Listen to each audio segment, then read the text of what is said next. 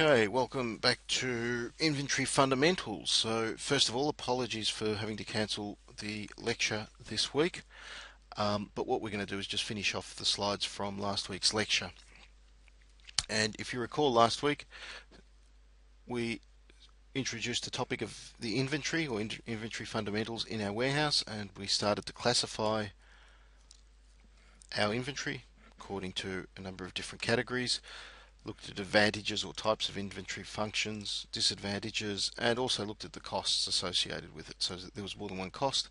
And we finished off with VMI, or vendor managed inventory, where the seller in the supply chain actually controls how much or when the inventory goes out to downstream members in the supply chain. What we're going to finish off with this week is a little bit of maths, or some of the formulas we can use to help us understand how much stock we should keep in a warehouse, basically.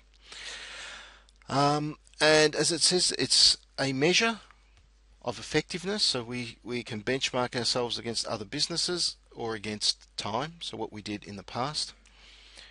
And we'll start with the inventory turns, so we'll do these in the tubes. But an inventory turns ratio is how many times you turn over stock in a warehouse in a given year. So let's say we've got $1 million worth of stock that we sell per annum, and on average we keep $500,000 worth of stock. So if we apply a formula, which is the annual cost of goods sold, $1 million, divided by the average inventory, which is $500,000, gives us an answer of 2, which what that means is fundamentally all of the stock that we have in our warehouse gets replaced twice in a year. Why do we care if it's replaced twice a year or 5 times a year or 12 times a year? Is because it starts to impact on the deliveries. The more we replace stock, the more deliveries we've got to have. But equally, on the other hand, it actually means that we have to have less stock on hand, or we can start to provide just enough stock, or, as you're probably familiar, just in time stock. So if we look at another example, in this case we've got $24 million worth of sales a year, or cost of goods sold, COGS, so often presented as, an average inventory of $6 million. So $24 million sold this year, average stock $6 million, so we've got 4 turns, or we replace stock 4 times in our warehouse. What we start to do here is to look at the inventory turns if we change them. So let's say we've got, so let's go back here to our previous slide. We had $24 million worth of goods that we sold last year, with average stock or average inventory of $6 million. But what happens if we've got our $24 million worth of stock, and this time we type in the number of turns and we put in 12, random number of 12, meaning we're going to turn over the stock 12 times. That gives us an answer of 2 million. That means that if we turn our stock over more often, we only need to have $2 million worth of stock in our warehouse, as opposed to the previous slide where we had $6 million worth of stock, 4 turns per year. What that means, implications of that, we have savings of $4 million.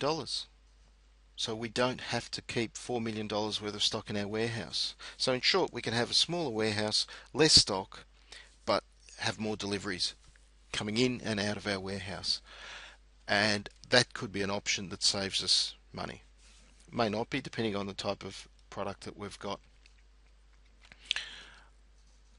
Now, the next one, inventory carrying costs. So remember that this is the cost of storage, if you like, and it's measured as a percentage of the average inventory. So if the cost of carrying the garments is 25% of the average inventory, what will be the annual savings? Remember, we saved $4 million in stock because, going back here, originally we had $6 million worth of stock on average. Then we changed our turnover to 12, which meant we had stock of $2 million, so we've got a savings of $4 million. We don't have to keep $4 million worth of stock. If we multiply that by 25%, it means that the carrying cost, the cost to store those $4 million is $1 million. So we actually save money by having a smaller warehouse, basically, and it's presented there. Again, in the tutorials, we can actually go through it in terms of the math step by step if it's confusing. But the point is, we look at a warehouse, we look at the stock in the warehouse, and we start to ask ourselves, is it better to have a smaller warehouse but a busier warehouse with goods coming in and out more often, or a giant warehouse and having the stock sitting there for 12 months? Certainly the trend in the industry is for fast fashion, for just in time, so very small distribution centers or warehouses will save you money. Now, once we've decided on the size of our warehouse, once we've decided on the stock turnovers that we want, we can start to introduce this concept of ABC inventory analysis. We've got to categorize each garment or each product according to how important they are to us. So let's say we've got 3 items, our 3 shoes here, and we're going to classify this sports girl, this yellow shoe, as an A category product. And an A category product is any product that has a small footprint in the distribution center. So let's say 10% of stock items held. Shouldn't be 2 items, should there? Oops. But they constitute 70% of annual inventory sales. So there's just a small number of items that make most of our sales.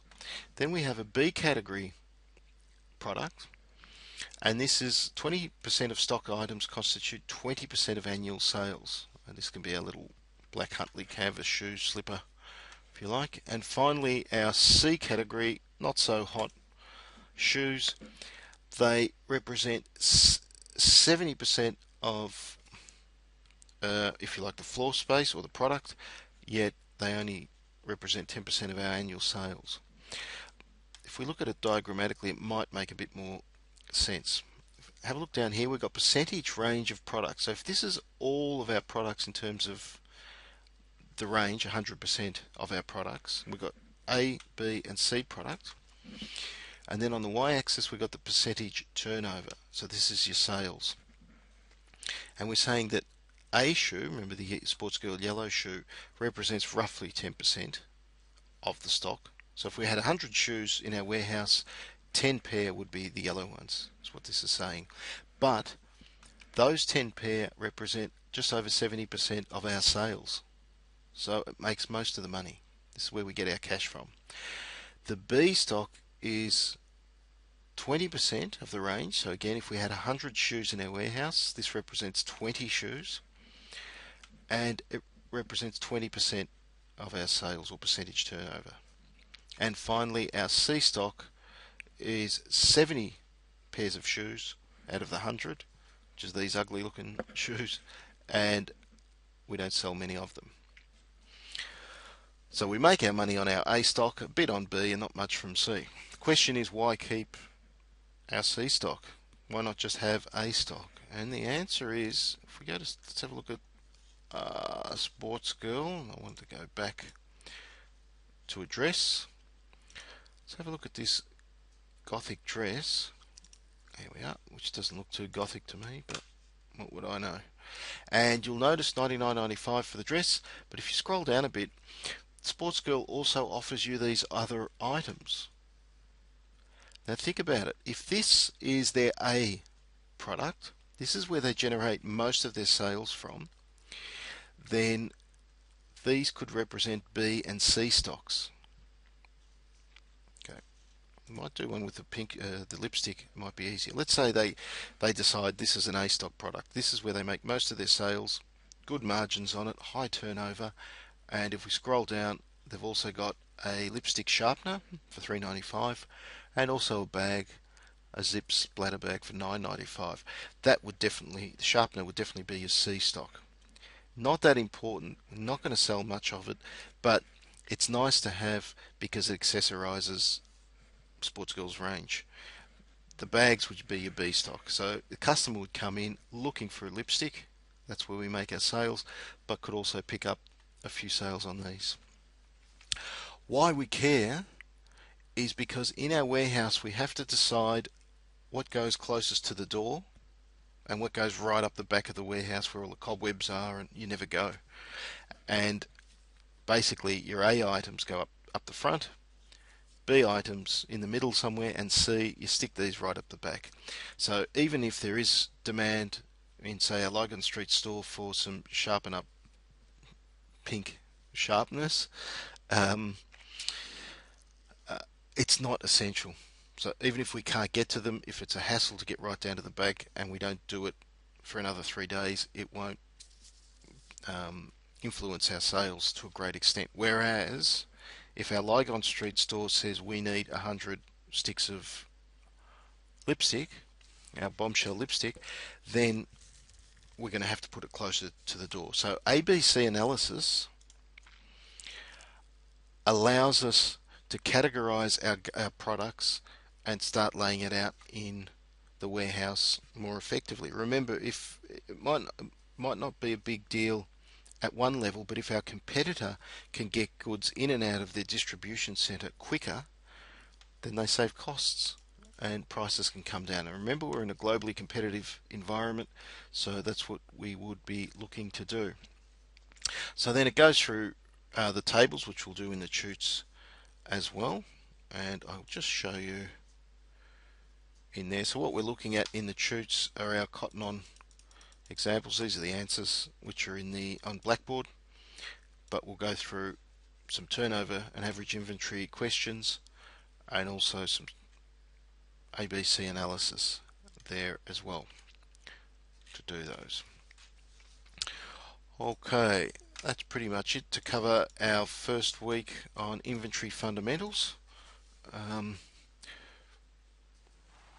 Thank you, and we will see you, if not this week, then certainly after the break. So have a good Easter break.